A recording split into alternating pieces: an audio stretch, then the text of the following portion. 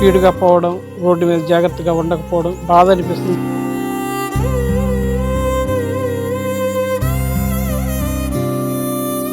అనుకోలేని పరిస్థితుల్లో ఇద్దరు యాక్సిడెంట్లో చనిపోవాల్సి వచ్చింది. ఎల్లయ్య శోభ దంపతుల కుమారులైతే నిన్న రాత్రి జొన్నవలస హైవే వద్ద అయితే వాళ్ళు బాడంగి వెళ్ళి వస్తున్నారు. ఆ వస్తున్నప్పుడు జొన్నవలస హైవే వద్ద అయితే డివైడర్ని ఢీకొని ఇద్దరు అన్నదమ్ములు కూడా అక్కడికక్కడే మృతి చెందడం అయితే జరిగింది. ద్విచక్ర వాహనంపై వస్తూ అంటే అతి వేగమే ఈ ప్రమాదానికి కారణమని కూడా కుటుంబ సభ్యులు అయితే చెప్తున్నారు. అయితే చాలా మంచి వాళ్ళు ఇద్దరు కూడా అన్నదమ్ములే కానీ మంచి స్నేహితులుగా ఉంటారు. మంచి స్నేహితులు, మంచి కుర్రోళ్ళు. వీళ్ళకి ఎంతో మంచి భవిష్యత్తు ఉంది. 26 సంవత్సరాలు వాళ్ళకి ఇద్దరికి కూడా 26, 24 ఇద్దరికి కూడాను చిన్న వయసులోనే ఫ్రెండ్స్తో అంటే ఫ్రెండ్స్ బర్త్డే పార్టీకి వెళ్ళాలి, కుటుంబ సభ్యులను కూడా కలవడానికి బాడంగిలో వెళ్ళి వస్తుండే. వీళ్ళంటే చిన్న వయసులోనే తండ్రి వాచ్మెన్గా పనిచేస్తున్నారు విశాఖలో, తల్లి కూడా ఇంట్లోనే ఉంటుంది. అయినా సరే పిల్లల్ని ఉన్నత చదువులు చదివించి వాళ్ళకి మంచి భవిష్యత్తు ఇవ్వాలని ఆ తల్లిదండ్రులు ఆశపడి అలానే చదివించారు. తల్లిదండ్రుల కోరిక మేరకు వాళ్ళు కూడా మంచి చదువులు చదువుకున్నారు. కానీ ఇంతలోనే వాళ్ళకి చేదు వార్త అనమాట. ఎంతో సరదాగా అప్పటి వరకు కుటుంబ సభ్యులతో గడిపారు. రిటర్న్ విశాఖకు వెళ్తుండగా జొన్నవలస హైవే వద్ద అయితే ఈ ప్రమాదం జరిగింది. ఇప్పుడైతే ఇక్కడ అందరూ కూడా కుటుంబ సభ్యులు ఉన్నారు. వాళ్ళు తీవ్రంగా అంటే రోధిస్తున్న పరిస్థితి అయితే ఇక్కడ కనిపిస్తుంది. ఒకసారి వాళ్ళ కుటుంబ సభ్యులతో మనం మాట్లాడదాం. మా మేనల్లుళ్ళమ్మ అజయ్ పెద్దోడు, విజయ్ చిన్నోడు. చాలా బాగా చదువుకునే పిల్లలు. చిన్న తప్పిదం వల్ల కొద్దిగా ఫాస్ట్ మూమెంట్ డ్రైవింగ్లో ఇలా జరిగింది. ఇలా ఎవరికి కూడా ఏ పిల్లలు కూడా ఈ యొక్క వార్త విని ఇంకెప్పుడు ఇటువంటి తప్పుడు పని చేయకుండా స్పీడ్గా పోవడం, రోడ్డు మీద జాగ్రత్తగా ఉండకపోవడం చాలా బాధ అనిపిస్తుంది. ఏ పిల్లలు కూడా ఇలా చేయకూడదని కోరుకుంటూ మనస్ఫూర్తిగా మీకు ఉదయం. ఎక్కడికి వెళ్ళారు సార్? ఎక్కడి నుంచి వస్తున్నారు వాళ్ళు? అసలు వైజాగ్ నుండి మల్లంపేట, బాడంగి మండలం మండంపేట వెళ్తున్నారమ్మ. అంటే వాళ్ళ తాతయ్య గారు మా ఊరు వెళ్తున్నారు. వాళ్ళ తాతయ్య అంటే వాళ్ళ తాతయ్య గారు అంటే చిన్నప్పటి నుంచి వాళ్ళే పెంచారు, పెరగదీశారు, పెద్దోళ్ళని చేశారు. కాబట్టి ఎప్పుడు పడితే అప్పుడు అలాగే వెళ్తుంటారు.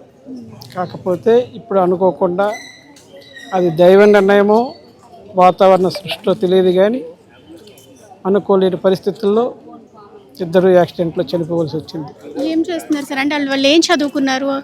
పెద్ద అబ్బాయి డిగ్రీ చేశాడు, చిన్న అబ్బాయి ఐటీఐ చేసి ఇద్దరు జాబ్ కోసం ప్రిపేర్ అవుతున్నారు. ఈ మధ్యనే బెంగళూరులో పెద్ద అబ్బాయి ఎగ్జామ్ రాసి కూడా వచ్చాడు. ఇద్దరు మంచిగా అంటే అసలు నిజానికైతే వాళ్ళలో ఎటువంటి తప్పు చేయరు. నేను నా ఇంచుమించు 15-20 ఏళ్ళ జీవితంలో వాళ్ళు ఎప్పుడు కూడా తప్పు చేయడానికి ప్రయత్నించాలి. మరి ఇప్పుడు ఎందుకు అలా జరిగిందో మాకు అర్థం కావట్లేదు. ఇక్కడ మనం చూసుకుంటే అజయ్, విజయ్ వాళ్ళిద్దరి కళ్ళని కూడా డొనేట్ చేశారు. నిజంకంటే చాలా గొప్ప విషయము. వాళ్ళిద్దరూ అంటే ఇద్దరు చాలా అన్యోన్యంగా ఉండి అంటే మృత్యులను కూడా వేడని బంధం అని అయితే చెప్పొచ్చు. అదేవిధంగా వాళ్ళు లేకపోయినా వాళ్ళు శాశ్వతంగా లోకాన్ని చూడాలి అనే ఉద్దేశంతో కుటుంబ సభ్యులు అయితే వాళ్ళ కళ్ళని కూడా డొనేట్ చేయడం అయితే జరిగింది. నిజంగా ఇక్కడ ప్రతి ఒక్కరిని ఇక్కడ కలిసివేస్తున్న ఘటన అనమాట.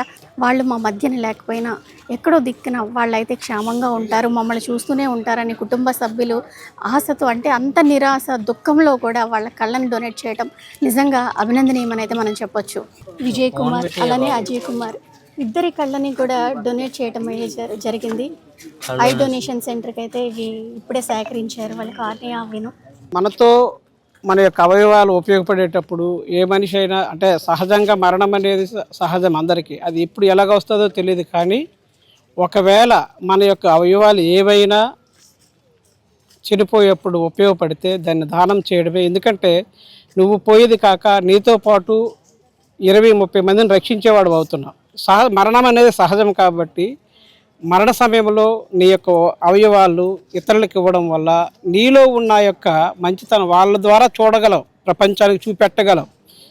ఉదాహరణకి ఇప్పుడు నా మేనల్లుళ్ళు ఈ కళ్ళదానం వల్ల నేను 8 మందిలో చూస్తానంటే ఒక్కొక్కరి కళ్ళు 8 మంది 16 మందిని చూడాలంటే నేను ఎంతో ధన్యుండే. కాకపోతే నా మేనల్లులు ఇంకా వాళ్ళలో బతికి ఇంకా మంచిగా అటువంటి నా మేనల్లులు అటువంటి ఇంకొకరు ఎవరైతే వాడుతున్నారో ఆ యొక్క ఉపయోగిస్తున్నారో వాళ్ళు బాగా ఉండి నా మేనల్లులాగా అనుకోకుండా ఇటువంటి యాక్సిడెంట్లో చిక్కుకోకుండా జాగ్రత్తగా ఉండాలని కోరుకుంటూ మీ ద్వారా నేను విన్నవించుకుంటున్నాను ఈ సమాజానికి. Thank you. ఎలా ఉండేవారమ్మా మీతో అజయ్, విజయ్? మంచిగానే ఉంది. ఏ అలవాట్లు లేవు. అంతే. తల్లిదండ్రులు అంతే. తాతగారు ఇవిడే తినండి అస్సలు మీతో మంచి అనుబంధం ఉంది. మంచిగా ఈ మధ్య ఒక 5 నెలల నుంచి చాలా క్లోజ్గా మా ఇంటికి వాళ్ళు రావడం, వాళ్ళ ఇంటికి మేము వెళ్ళడం, మా తోటికోళ్ళు మా చెల్లి సొంత చెల్లిలాగే నాకు తను, మరిది కూడా సొంత కొడుకులాగే చాలా క్లోజ్గా ఉండేవారు. ఎక్కువ ప్రేయర్స్ ఈ మధ్య చేసుకునేవారు. 5 నెలల నుంచి చాలా క్లోజ్గా ఉన్నాం. ఇది కళ్ళదానం అనేది మాకు చాలా ఆనందాన్ని అనిపిస్తుంది. వాళ్ళు కోల్పోయినా ఈ కళ్ళ ద్వారా కొంతమందికి మేము ఉపయోగపడ్డారు. మా బాబు మా పిల్లలిద్దరూ మేము అందుకని చాలా హ్యాపీ ఫీల్ అవుతున్నాము. మీకు కూడా ధన్యవాదాలు. ఈ డొనేషన్ తీసుకున్న వాళ్ళకి కూడా ధన్యవాదాలు. థ్యాంక్స్ అండి. థ్యాంక్స్. అంటే పుట్టెడు దుఃఖంలో కూడా మా మేనల్లుళ్ళు 8 మందికి చూపునిచ్చారు. అదే మాకు 10,000 అని చాలా గర్వంగా చెప్తున్నారు.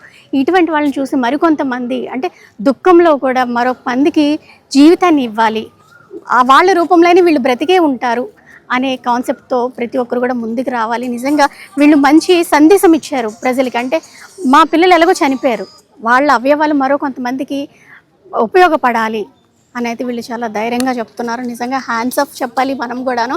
సీమ, సుమన్ టీవీ, విజయనగరం.